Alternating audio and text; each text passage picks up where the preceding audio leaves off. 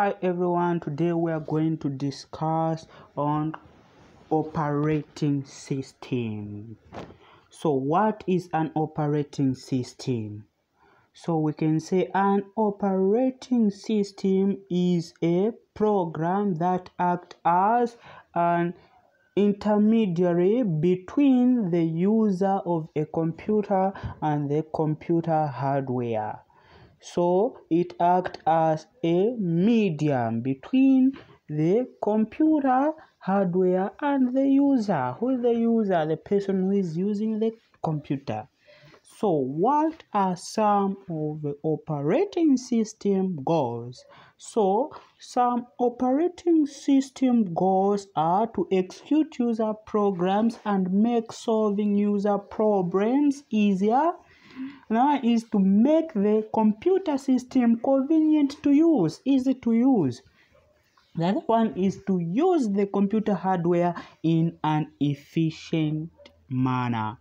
So we're going to discuss on a modern computer system. As we can see, a modern computer system has got the CPU, which is the central processing unit. It has got the memory, and then it has got the the disk controller. That's the disk controller.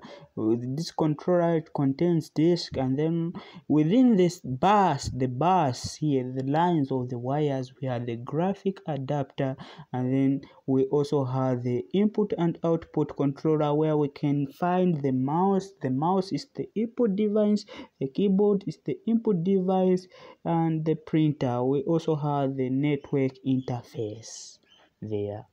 So within that, we are also going to discuss on computer system components. So what are these computer system components? We have the hardware. The first one is the hardware. What does the hardware do?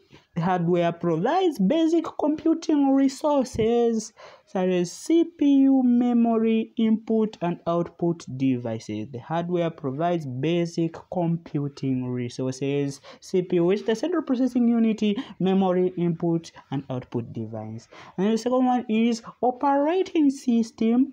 Controls and coordinates the use of the hardware among the various application programs for the various users. It does what? It controls and coordinate the use of the hardware among the various application programs for various users. We also have the application programs. What does the application programs does? What does it? Define the ways in which the system system resources are used to solve the computing problems of the user, such as compilers, database system, video games, business programs and so on. So that's what the application program does. Apart from that, we have the user. Users are people, machine and other computers. So all those are the users, and the users, they are supposed to use the operating system. So those are some of the computer system components. Another thing, we have the macroscopic abstraction view of the computer system. So this macroscopic abstract view of the computer system, we can see that we have the hardware. Hardware is on the center. We start with the hardware. After the hardware, then we have the operating system. After the operating system, we have the application programs. So that's the macroscopic abstract view of the computer system. So here is another abstract view of the system components. So as we can see here, we have the user, we have the user 1, user 2, user 3, user 4, 5 and so on. And then we also have the computer hardware here in the middle. We have the operating system, And then we have things like compiler, assembler, text editor. All these are small applications that a user can use, and also have the system and application programs on the middle. So while for the user to access information, maybe we want to use any operating system like a compiler. He has to pass through the system and application program, where we have the operating system. After the operating system, it has to give instructions to the computer hardware. That's when that user will be able to access. So have text editors and many more database systems. So that was the abstract view. Operating system definitions. So we have operating system definitions like resource allocator. Resource allocator manages and allocates resources. Resource allocator manages and allocates resources. We have the control program. Control the executions of user programs and operations of input and output devices. We also have the kernel, the one program running at all times. The kernel is always learning. It can never be switched. Immediately switch on the computer, switch off, the kernel will always learn. So it's the one program running at all times, or else being application programs. So let's briefly discuss about the mainframe systems. So what are these mainframe systems and their characteristics? So we can see that the mainframe systems reduce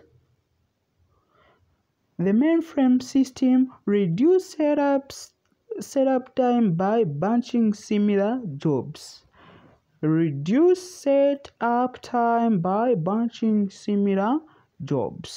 That's what it does.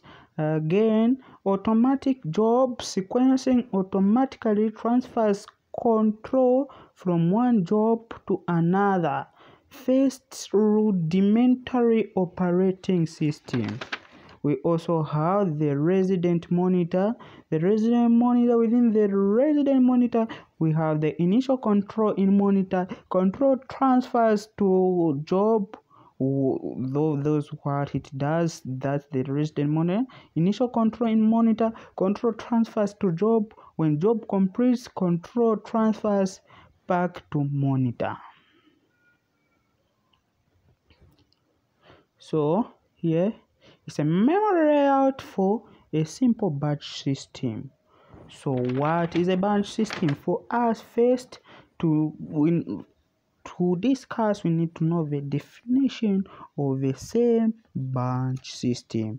So a batch process, there's what we call a batch process, which is a technique in which operating system collects the programs and data together in a bunch before processing them. So we can see that we have the user program area here, and then we have the operating system. So the memory layout for the simple batch system is what we call one program at a time is loaded, learns to completion, and leaves the system. One program at a time is loaded, learns to completion, and leaves the system. We have also what we call the multi-programmed batch system. What does it do, the multi-programmed batch system? You can see there we have 0, and then there we have 512k, and here we have different jobs: job 1, job 2, job 3, and job 4, and that's the operating system. So by the word itself, multi-program, meaning it can do several jobs. Several jobs are kept in main memory at the same time, and the CPU is multiplexed among them. the CPU, it will be able to switch on the jobs. Maybe, for instance, somebody wants to do job 1, the other one wants to do job 3, job 2, and so on. The CPU will be multiplexed among them. So what are operating system features needed for multiprogramming? So these are the operating system features needed for the multiprogramming. We have the input-output routine supplied by the system, and then we have the memory management. The system must allocate the memory to several jobs. So that's for memory management. And then we have the CPU scheduling. The system must choose among several jobs ready to run. And then we have allocation of devices. Allocation of devices should be able to allocate where the devices are. Okay. Discussing that, we have also what we call time sharing system. Time sharing systems, interactive computing. So in this, the CPU is multiplexed among several jobs that are kept in memory and on disk. The CPU is allocated to a job only if the job is in memory. A job swapped in and out of memory to the disk. Online communication between the user and the system is provided. When the operating system finishes the execution of one command, it seeks the next control statement from the user's keyboard. Online system must be available for users to access data and code. Time sharing. You cannot know that somebody is sharing the system, but using this same time sharing system or interactive computing, many users will be switching to different programs without knowing. Desktop systems. In this desktop system, we have what we call personal computers. Computer system dedicated to a single user. These are computer system like the desktop at home, the desktop that you are using. That's what we call a personal computer. And that's what we call personal computer, and it's what we call desktop systems. Then we have the input-output devices such as keyboard, mice, display screens, small printers. And then user convenience and responsiveness can adopt technology developed for larger operating system, though it can adopt different technologies.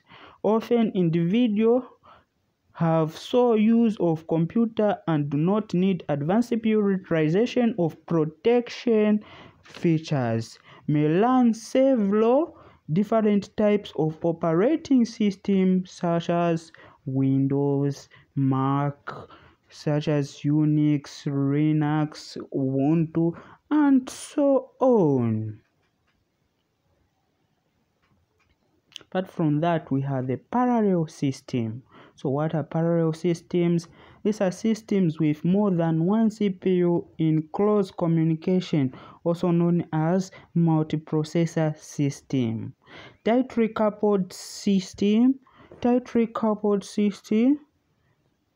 Processors share memory and a clock. Communication usually takes place through the shared memory.